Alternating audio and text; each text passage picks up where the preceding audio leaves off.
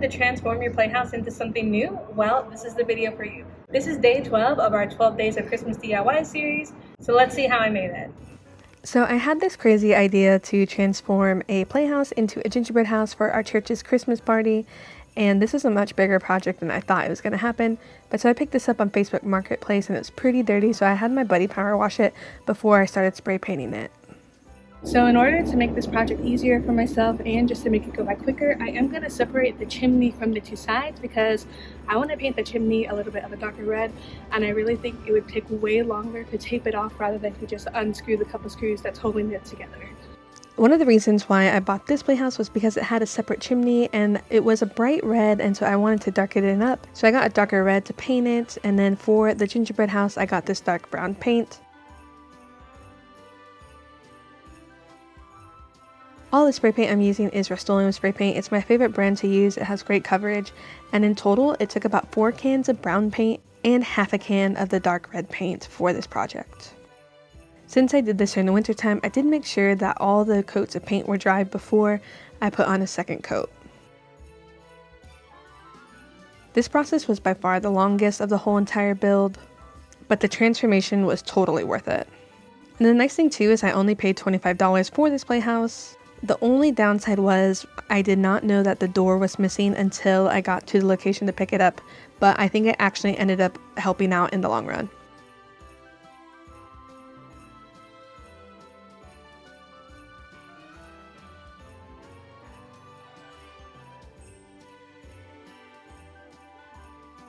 So once all the pieces were painted, I reattached them, and I realized that I had spray painted the bolts the red color because I thought they went into the chimney and not the house itself, so I did have to take the spray paint and carefully paint those. And so reassembling the roof was pretty easy. I just lined it up and put the screws in.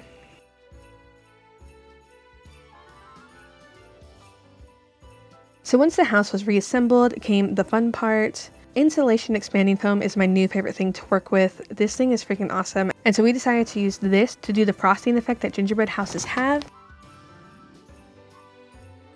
And then my sister had a really good idea of going in behind me after I laid down the foam and sprinkling glitter on top of it, and that really just added a really nice magical touch to this gingerbread house.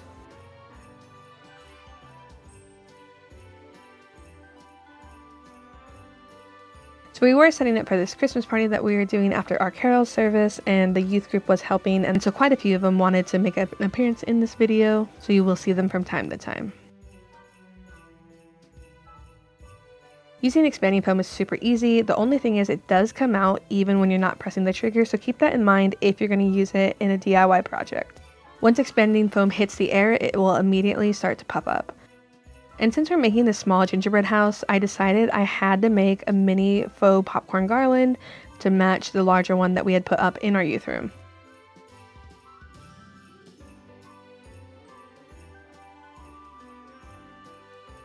I'll post a link in the top of the tutorial that we made for the bigger popcorn, and it's essentially the same thing for the smaller.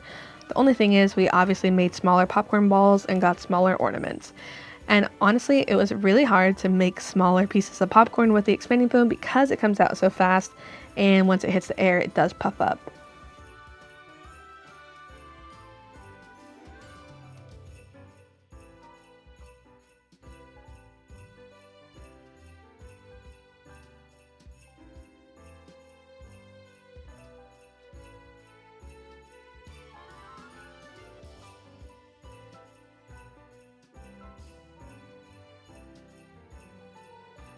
Once the popcorn were dry, I did hit the very tips of them with the yellow spray paint to give it that butter popcorn effect. And then I can move on to the ornament section. I removed all the tops of the ornaments, and then I just took my soldering iron and burned a hole into the opposite side of the opening. That way we could string this all together.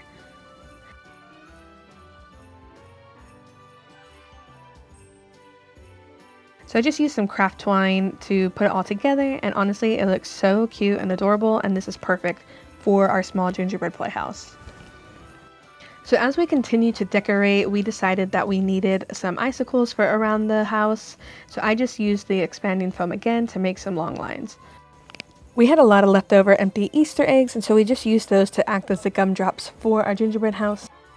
And then once we had the outside decorated, then it was time to go to the inside. And I just put in some screws in the very top of the roof to hang the garland. Doing amazing. Doing a great job. It's fine. No, you're good, you're good. We ended up cutting some extra rope to tie the string to the screw itself. And I put some screws on the mantle of the fireplace to hang some stockings. You guys, overall this project ended up looking so awesome.